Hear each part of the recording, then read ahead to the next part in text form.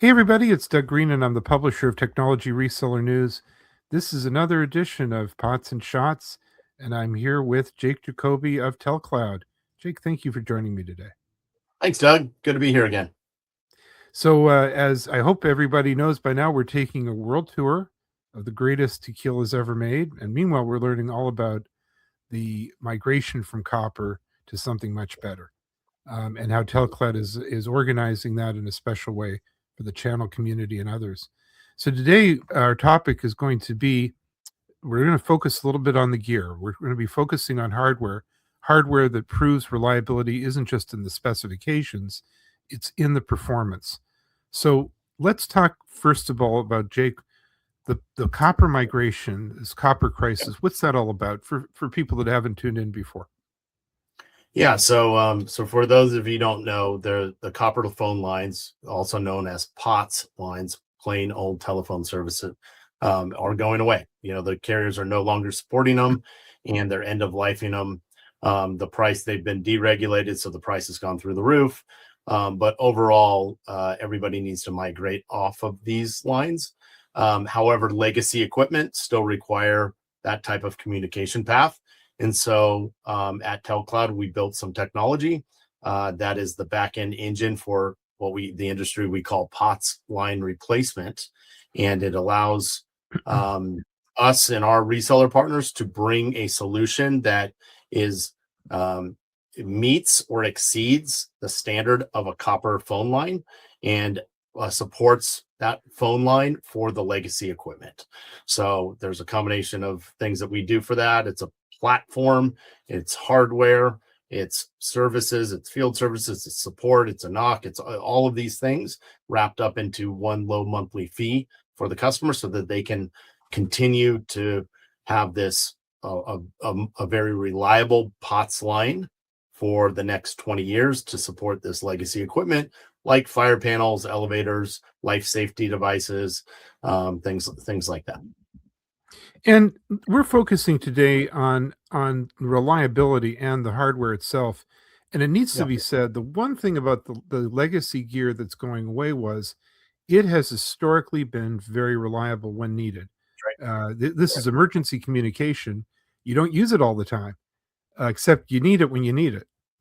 That's right. It has to be reliable. And so it was a utility, right? And run by the carrier. So Right. they would have a central office. So, in a geographic location. And then from that central office provided the tied from the copper all the way out to the building or to the residence or, wherever the destination. And that's a very long, twisted pair of copper, but it delivers that dial tone and power, right? So that's another reason that these old legacy lines were so reliable. They provided power, so even a power outage, that phone line still worked.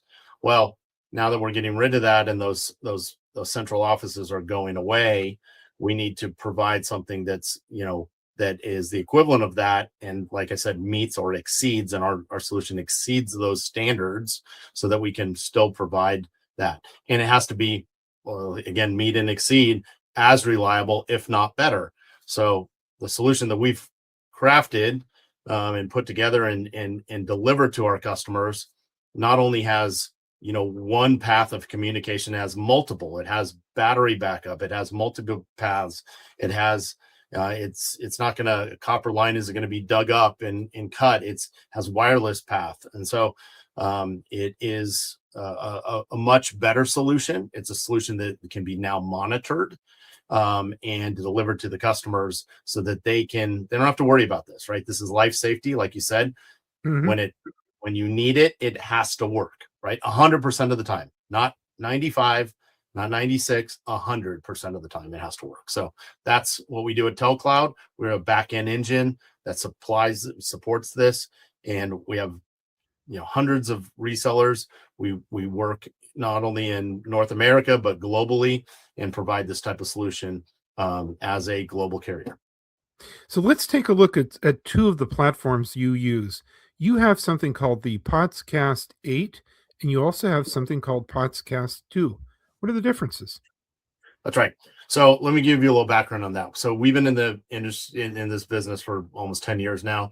And when we first started, we weren't in the hardware manufacturing, business. We went and used the best of the best. And in the router side, that makes a lot of sense. There's a lot of great companies that you can partner with for router technology, the connectivity, the cellular connectivity. So it doesn't really make a lot of sense to re-engineer that when they have, enterprise class solutions, out there.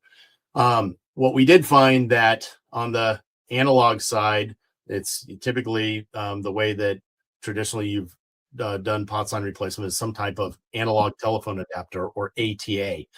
And what we found is that there's just not, the solutions out there just did not meet what the high standard that we had in order to meet this 100% reliability.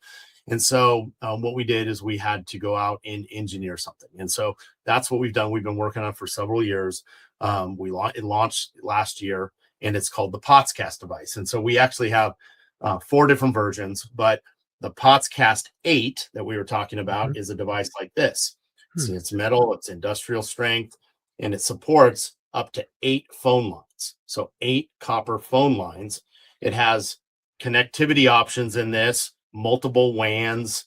It has power over Ethernet, and we can talk about some of those things. But it really, what it is built for is reliability. It has a 24-hour battery. It can be extended with an additional battery for another 24 or more, depending on the needs. But it is very compact. It's industrial. It's meant to sit in that telco room for 20 years, right? Huh. So this is the 8-port. We have another version, which is the 2-port, right? So a little bit smaller form factor. As you can see here, it supports 2 phone lines. Again, multiple WANs, right? And then, but a little bit small. It has LCD screen, so you can see what's going on here. But when you take a look at a device like this, right? We've talked in past episodes that this device needs to be installed in the telco room. Well, that telco room, as we've discussed before, is probably the worst place to put a cellular router, right? So we do have these versions that have cellular router, but this really is for backup. The primary way that we deploy these devices is via PoE, where we can up to 250 feet away run Ethernet out to a 5G router like this, right? So again, you in the telco room, you have this device sitting there, and then you have some version of a 5G router. So here we have a Digi router back here on the wall back here. You've got an ATEL router, all 5G. So you're using the latest spectrum.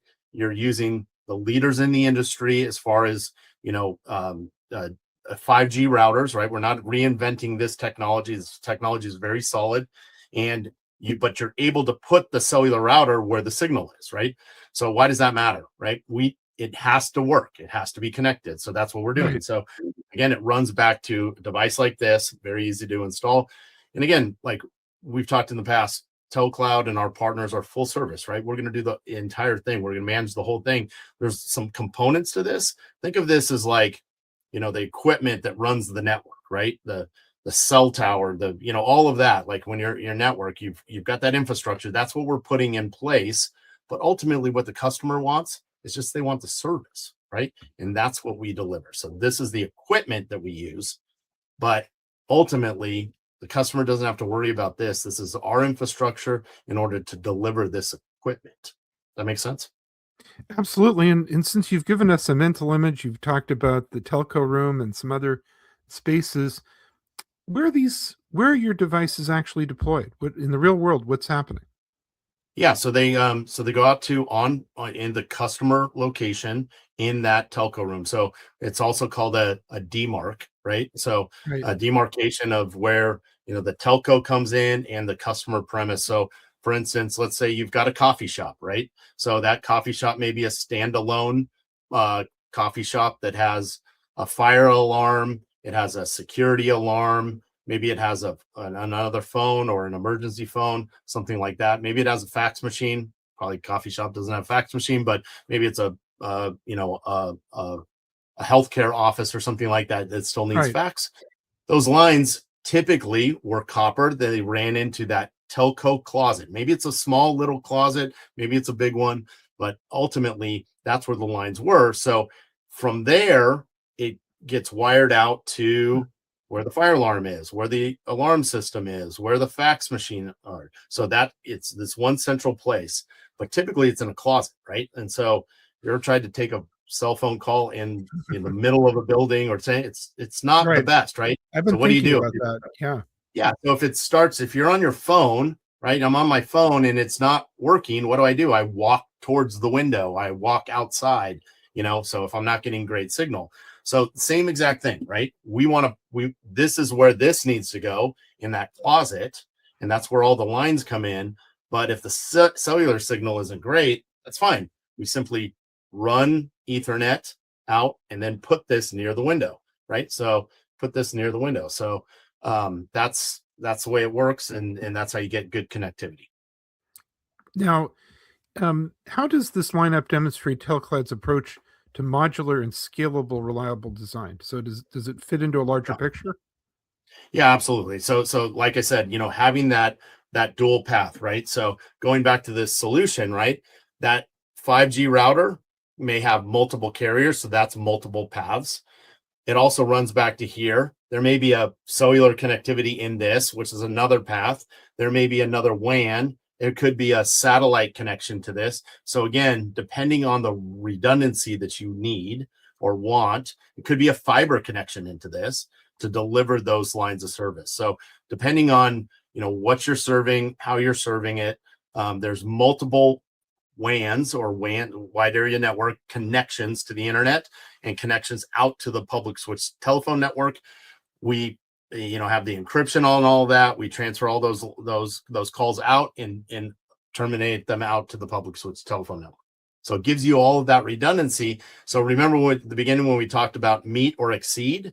Well, meet was, hey, I just need one line with power and dial tone. That was the standard, right?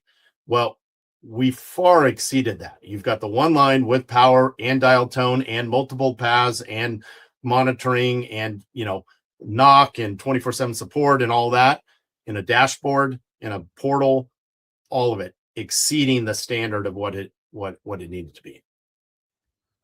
And now we come to the fun part of our podcast.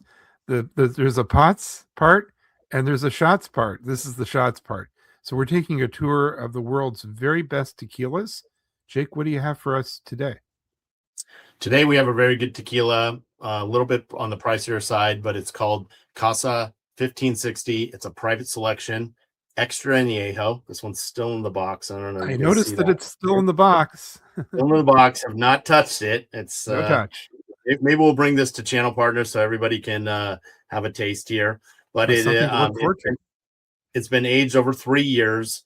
It comes from, it's 100%, they say blue Weber agave. So it's a special type of blue agave, right? And it's very smooth. Again, aged, it's an extra añejo. So it says dark chocolate, dried fruit, and oak. But another fantastic tequila. I actually found this one in Mexico. I'm not sure if you can get it here in the United States, but if you do see it, here's the back. So it's 1560 tequila extra añejo, and definitely check this out. It's another good tequila. There's so many of them out there. Now, for the uninitiated, and by the way, this is a powerful incentive to go through our entire collection of Pots and Shots podcasts because you get an education on pots, which is very important, and you get an education on the tequilas. I noticed that even still in the box, it has a beautiful gold color. So that means it's been like in a barrel. Yeah, so that is the dark side of it. So when we talk about the extra añejo, that's where it's aged. So and again, that color comes from that oak. So just like you age a whiskey or bourbon, so that's, or it, pulls out the flavor of the oak barrel. But yeah, so again, every tequila starts out as a silver or a blanco, and then it, as you age it, it'll pull in that color. So. Well, Jake, I really want to thank you for talking to me today about Pots and Shots and about also clarifying, different options you have with equipment and how important the gear is. Where can we learn more about TELCLOUD? Yeah, absolutely. So you can always go to our website, telcloud.com. We talked about the individual devices today. So you can see those versions at potscast.co. So potscast.co. So you can, if you want to see the product sheets and things like that, you can do that. And then feel free to give us a call, 844-900-2270. We'd love to talk to you. And Doug, it's always been a pleasure to be on your show. So thank you very much. Well, I'm going to look forward to our next Pots and Shots segment. But for now, thank you very much indeed. Thanks, Doug.